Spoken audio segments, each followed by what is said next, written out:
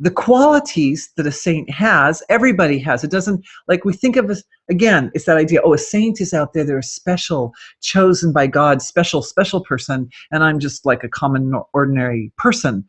But the point is that for everyone, we do have access to a part of ourselves which embodies those qualities of being. Otherwise, we wouldn't live in a world where there are saints. Our world wouldn't have saints in them, because remember, your world is your reflection. So all the great beings of creation, saints had this ability to expand their compassion in such a way as to embrace those around them. And we did a little exercise, so be sure to watch yesterday's, because we actually literally did an exercise for this yesterday. But the principle is that your astral body, being the protective part of your being, can expand and can embrace others. It can embrace anything. The important thing is the relationship right now between the astral body and the heart. So we've got nice, warm activation and a loop, a self-referral loop of consciousness going back and forth between the astral body and the heart right now. Because the heart, of course, is not only the seat of love, but also the seat of compassion. That's a quality of the saints, right? That they had completely open heart chakras. They also, though, we know in at least the Christian sense that a lot of saints were martyrs and they self-sacrificed. It's because they were unattached. They were kind of like demonstrating or showing to the collective that they were unattached to anything in the relative, including their own lives, which is good, I guess. That's what they did, and we have to honor them for that. I don't think Saint Margaret was a martyr. She was just a really nice person, but she went around like helping people. but a lot of them did, and it means that that path that they had forged to the source of creation was very clear and alive, and it allowed them to totally let go of any attachments in the relative whatsoever. And that, in a way, was a power that they had. But also, in this day and age, we have the potential to take this to a higher level, because we know that that whole martyrdom thing, the whole martyrdom reality, and also their vows, there's some vows that need to be cleared for that too, for some people. So we're also working through time. Your angel self is going back in time and working with you in past periods where you may have been feeling like that's so honorable and so desirable. In this day and age, I don't think we need to do that. I think things are different now. I feel it. I know it. I know it. How much good can a dead person do? Well, a lot of people can do a lot of good, but the saints, they help us even if they're not in the body. But I want to ask that again. It's not fun to go through all that, and it's not really. It may be a good lesson in a way for the people who watch the martyrdom of saints, but I don't really think that it's a pleasant lesson. And why not? At this time, we have the creativity and intelligence to evolve the lessons of the saints in a way which is beautiful and pleasant and artful and gorgeous and glorious. And people look back for centuries to come and they refer back again and again. How many people for centuries to come go back and want to kind of relive all the suffering of the past? I don't think so. We want to go back and we want to listen to Beethoven symphonies, and we want to, revel in the great artworks of creation. We don't really want to go back and relive someone being beheaded. It's not fun. So this is the new creation. This is the new creation. Everyone's God presence online is big. This is going to take a bit of a go for us in our group. We can do it. All of us here, we can do this. But this is what the God presence is asking us to do, is to recreate the ability to activate, enliven, and harness the quality, the saint qualities of the self, without the negativity, without the martyrdom, without the intense sacrifice, with just and only blessings flowing from the divine to the relative in every direction, pouncing in like lightning in every direction. I'm looking at it, guys. I'm going to start. There's something big online here. We're just going to get a read on it. So first thing I'm seeing is a body of light, a very big light.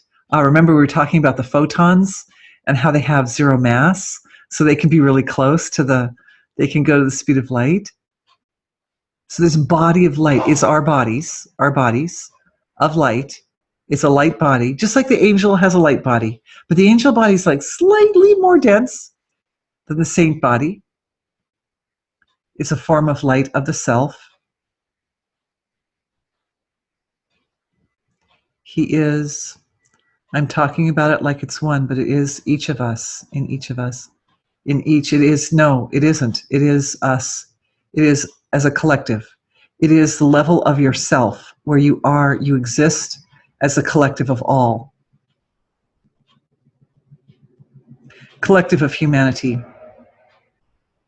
Collective of mankind. He is a great being. He is the self. He is who you are at a deep level. The compassion, I'm asking about the compassion, because that seems like a key factor.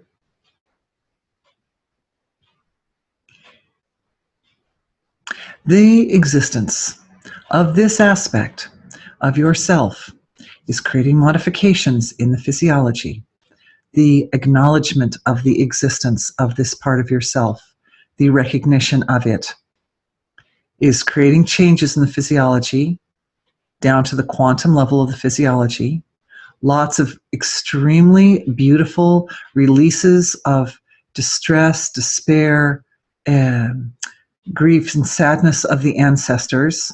The ancestors are having a big letting go of a lot of denser emotional structures in their 4 lower bodies.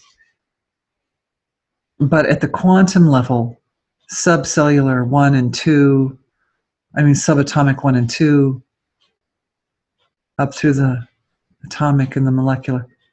At the quantum subatomic 1 and 2, their restructuring is taking place in the physiology that involves an integration of what we know ourselves to be at that level. Under the microscope, you have atoms, you have subatomic particles, integration with cosmic light, cosmic intelligence, the light of the stars. The light of the stars is stabilizing in the physiologies. Quantum, subatomic 1, 2. That's where it's doing it. It is so beautiful. You are so beautiful. You are so beautiful. You are so exquisite.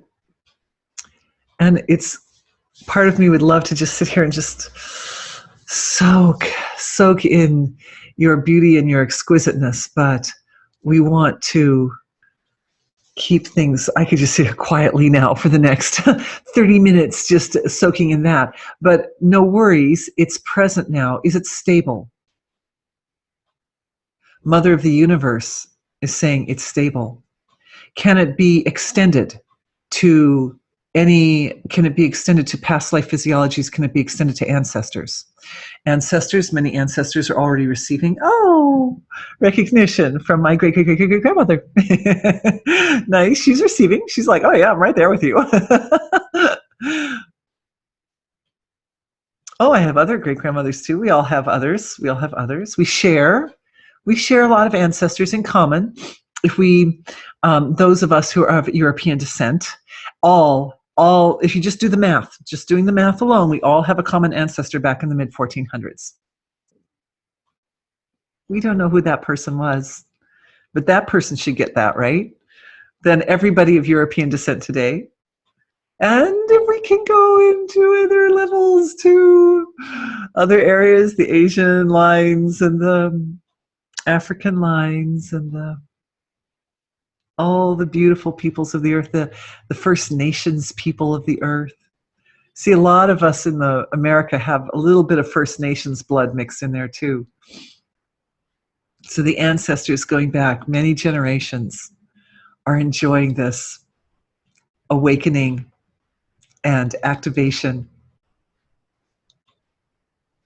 Their subatomic 1 and 2 quantum level. Very nice. So that's helping to stabilize it. It's bringing it up, so it stabilizes it up by doing the ancestral work. We're starting to stabilize it up at the molecular level of the body. Basically, it's like a restructuring of the physiology. More light can flow through the body. We're more made of light. I mean, there's this very, very deep levels of the creation where it's, the question is it energy or is it form, right? Is it substance or energy? And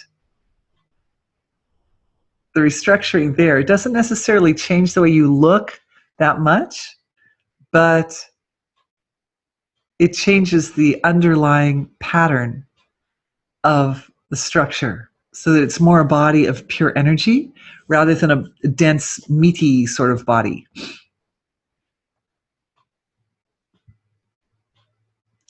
Remember, you communicate with yourself through everything you do, everything you think about, everything you put your attention on, everything you eat.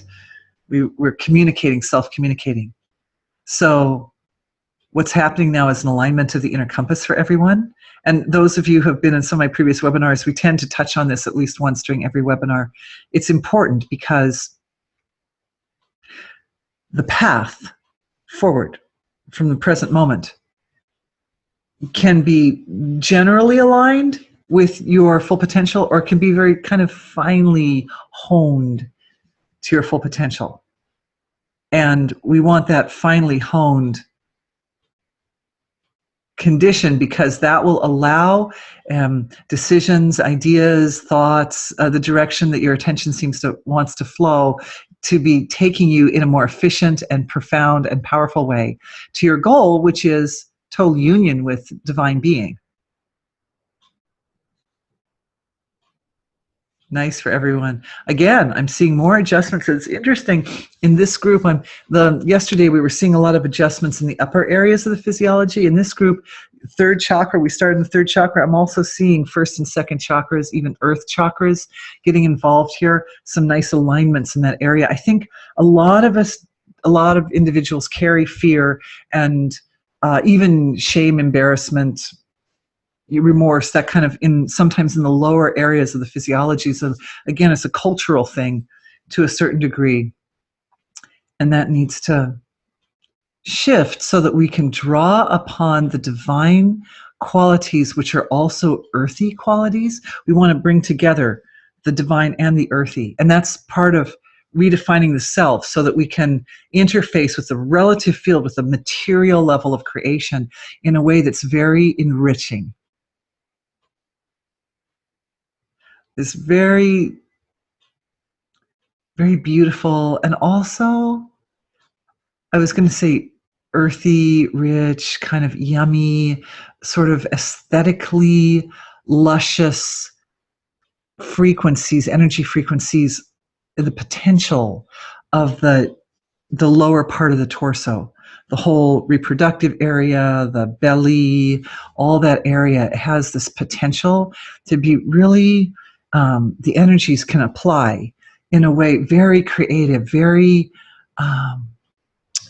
satiating or satisfying. So those energies, and that's how they find their divine. That's like the Dharma. That's the word Dharma meaning service. It is the thing that we do, which we do best, and that has the greatest beneficial effect on the environment, the greatest gift that we can give. Now that we've gone this big circle, I want to check back in with that light body, that saint self, the saint self we hold in common. It's like think of it like a template for all the great saints, and they were all great, whether they had the misfortune of being born in a dense time, that the best way they could teach the lesson of renunciation or letting go, whatever.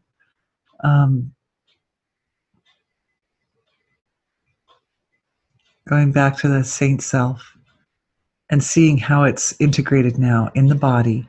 And I'm asking it, is it possible? This is just me exploring a little bit on behalf of, oh, there's a question too, on behalf of everyone. Is it possible to bring it all the way out to the surface? If we do this as a collective, nobody can point fingers and say, oh, that person's different. You don't have to be different. We just want to be our best self, that's all.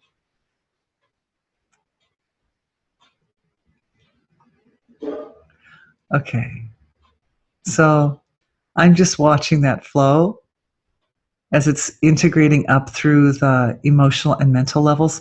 It's like it started down here and it's kind of working its way up. So mental and emotional levels here. Etheric, and I would think that the etheric body could easily take on that quality of a body of light, because the etheric body is like a map of the body. It radiates out from the skin a couple of inches like that. If you put your hands like that near your body, you can actually feel it. You can actually feel your etheric body, but not touching, just near it like that, because the etheric hand is touching the etheric head like that, the etheric cheek. So letting that light radiate out to whatever degree it can. And for some people, as it does so, it sort of dissolves. It has a solvent quality in it, that it's dissolving a lot of the negativity that may be in the system at the denser levels, feelings of lack of self-worth, or I'm not good enough, or I don't like myself, or any of that stuff. That's the main thing that I'm seeing dissolving, because those feelings are a byproduct of what I have for a long time termed 6 aspects, but really 6 aspects are self-identification, and self-identification with one's smallness rather than one's greatness. So those 6 aspects are dissolving as that light body moves its way forward. Oh, yes, this is definitely an extension of some of the healing that took place, some of the build-up to today's webinar. We talked about saints. Okay, so we have angelic forms, and we know that our angelic forms are really just ourself through time. If we go back through time, or we can go see an ancestor in our angelic self, we can soothe and heal them. We know that the saints are forms of light. Basically, I've heard this concept thrown around the internet a little bit of the light body, that we want to come into our light bodies. Basically, that is the saint body. It is the function and structure of saint. Anybody can act like a saint. In our community here in Fairfield, people refer to each other as saints all the time. It's very sweet. There is also another level of structure. There are at least 2 other structures that I'm thinking it would be nice to address. And I'm sure there are many, many, many more. But one of them would be the structure of masters, of like ascended masters. We think of as even more powerful. And many, many saints and ascended masters overlap. Yeah, Saint Germain. There's an example. He's a saint, also a master.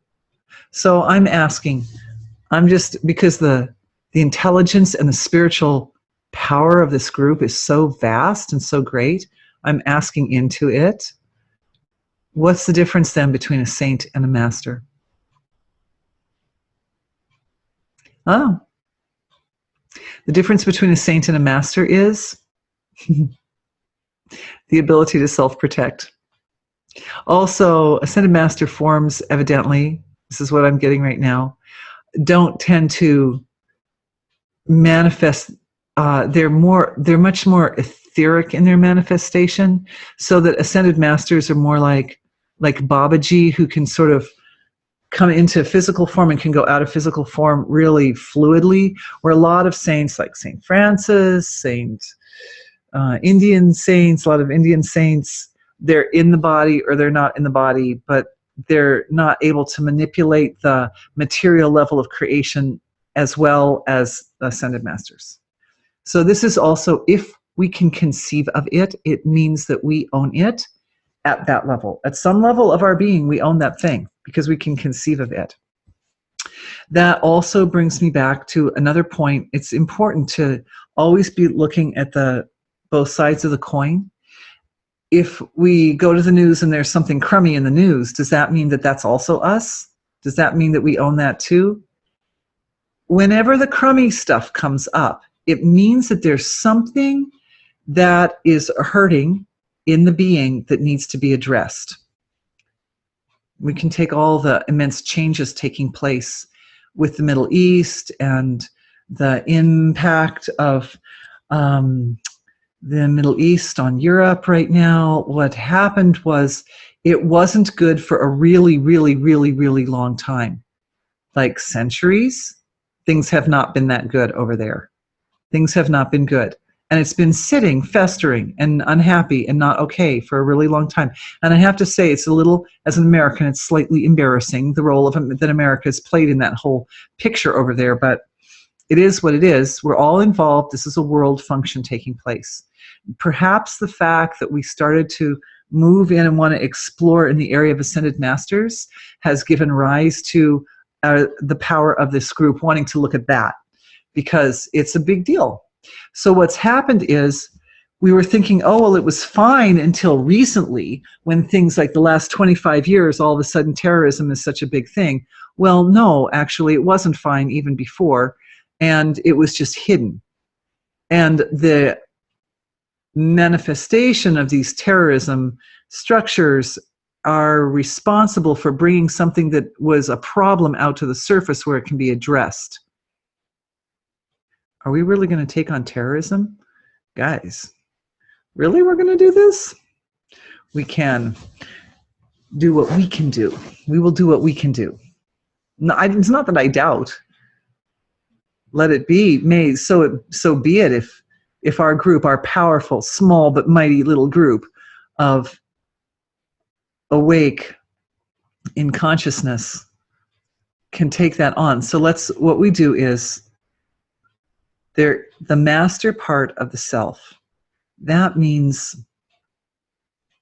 forms of the self which are way bigger than Earth, way bigger than our solar system, very expanded. Don't forget to check the exercise we did yesterday about that. Get you good. It evolves flexibility. It's like a little yoga asanas for the little stretching exercises for the energy field of the self. But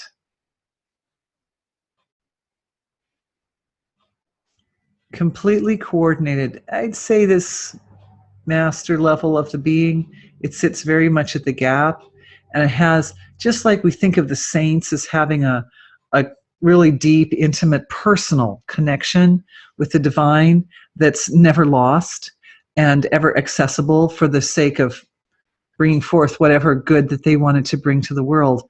The master connection is so intimately enmeshed with the mother of creation that it's harder to see a difference. It's almost like, what I'm seeing is, it's like there's no path.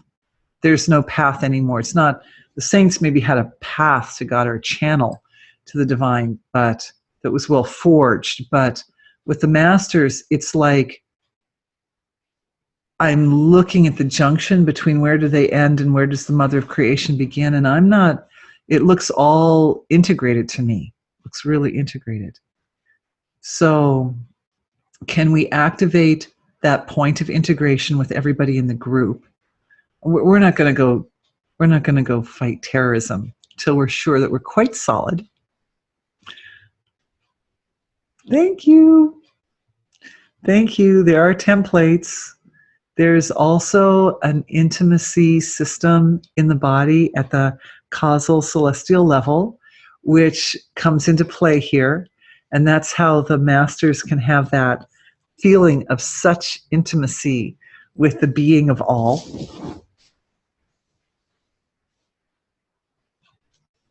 I'm seeing ripples of happiness running through that level of the physiology. It is so, oh, it's so joyful. You have to realize this part of the being has been waiting for us to look at it, waiting for us to recognize and identify it as ourself.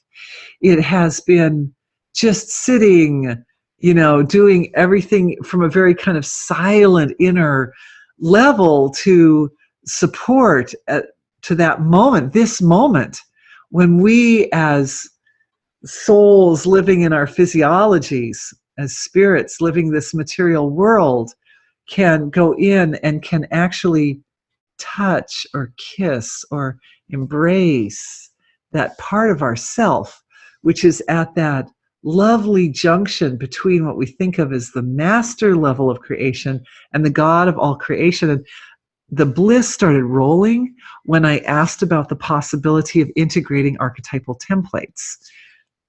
Inside, I asked that. Now you know I did. The intimacy system activated up. The intimacy system was associated with some kind of template, wasn't it? Template of intimacy? That was several webinars ago. I'm asking in the archive. I'm asking in the archive of the templates if there's something template-ish, if a template would be, yes, there is. It's interesting. It's connected to time. That surprises me. I wasn't expecting. Anyway, there's a template connected to associate with time. Oh, no, it makes sense now. It makes sense. It didn't make sense at first, but I think I get it. Okay. So here's what I understand. So the beginning, the Big Bang, the whole being was folded in on itself like this. And then it expanded open, right? So when it first expanded open, it's like one chakra. And then more chakras and more multiplied itself. Well, it started, the one chakra was like one being, one great, huge, immense, total being. And then it became 3 beings and 5 beings, and it started multiplying open as multiple. And now we experience ourselves as separate beings. But in time, it's kind of, in other words, it's an extension of the angel concept, that we think of our angel self as us, say, 50 years from now, or 100 years from now, or even 1,000 years from now, or more. But if we go to the extremes of time, we find that we, all of us, you guys, all of us, and all of everybody too, we were one being. There was one being, and it multiplied. We were one being. We were one great being. And the masters, what we think of as ascended masters, are the self at the early time, the very early time when it was just these great, huge movers of creation, structurers of the multiverse. And when the whole creation circles around and flops back on itself at the other end, we unify back into those forms. Then we're experiencing I am that master. So my question is, because this webinar is about harnessing and utilizing those qualities of the self right now while we're in our little human bodies. So the Ascended Masters also exist throughout the whole time span of creation, right? Yes. So what is this template that we got? And is everybody getting it? And is it going into is it locking in to everyone's energy field as appropriate? First thing that's coming up is, yes, we had to go through that saint activation thing first. I'm not that big on titles, really. I'm using these words because they carry certain energy frequencies with them that help us understand.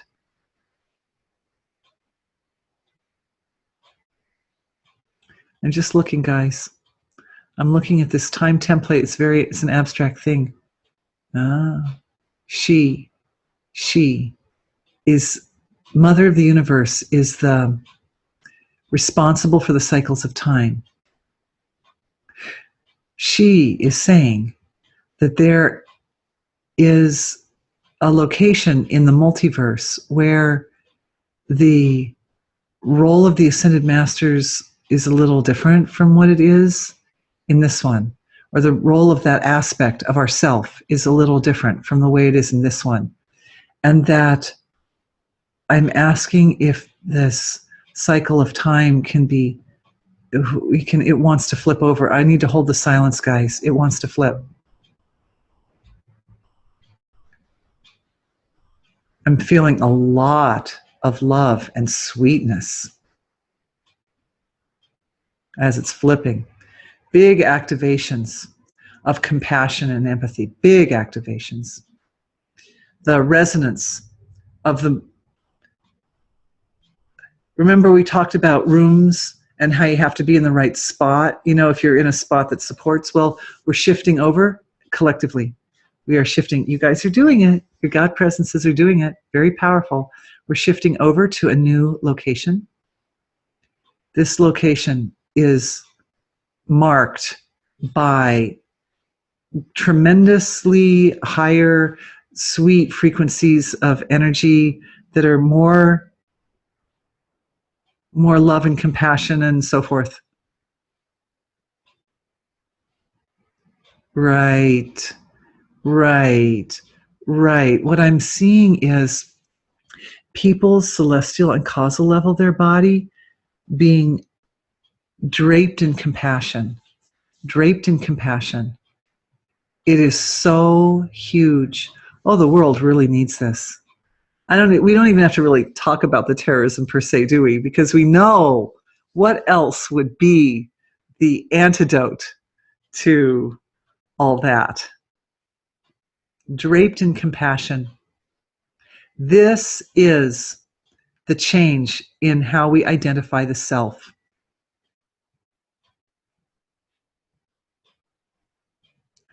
Now we know ourselves to be the manifestation of compassion.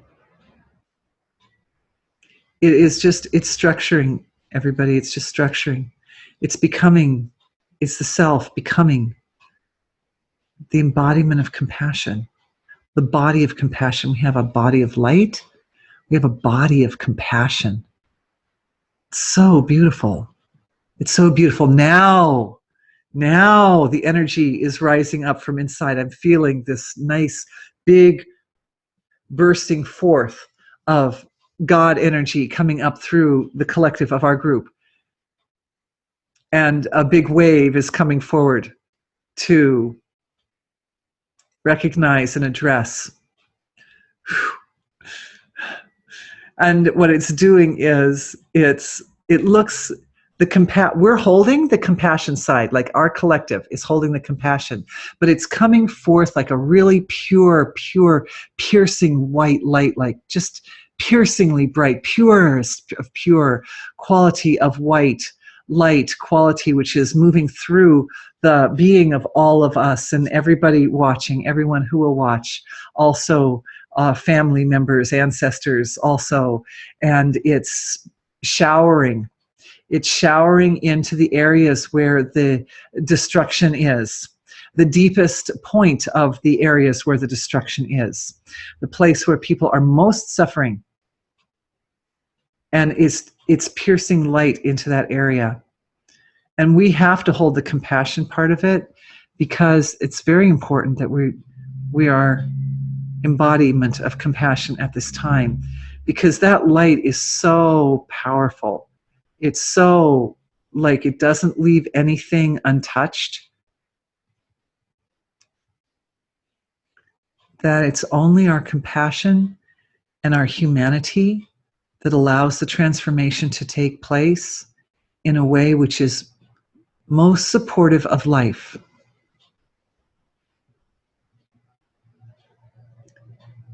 Holding silence, obviously, over here, and smiling, because it's so beautiful. Oh, remember earlier when that light was coming through, the saint light was coming through, and I was saying, oh, this is so beautiful. It's so luscious and precious. I could just sit here with it for I could just sit here with it indefinitely. Well, that is what's happening in the darkest spots, in the darkest, deepest, most painful spots in the collective consciousness of humanity, is that wonderful, beautiful, it was being saved. It was being saved for this, that we should be able to apply it into that situation.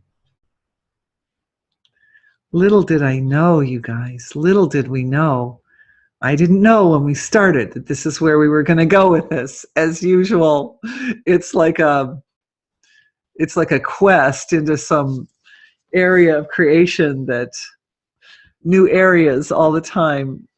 Thank you so much.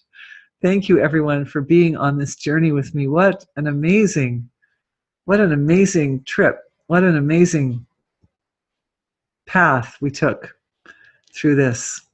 It's open and it's flowing. And it's just going to keep flowing until all the pain has been released and dissolved. Remember, I said that light was like a solvent and it was clearing out those feelings in us? Well, it's doing the same on the level of the collective. You're doing it. You are powerful. You are amazing. We are going to we are restructuring our world so that it is able to support our forms of light, our forms of our light self. You did it. Thank you. I appreciate you so much.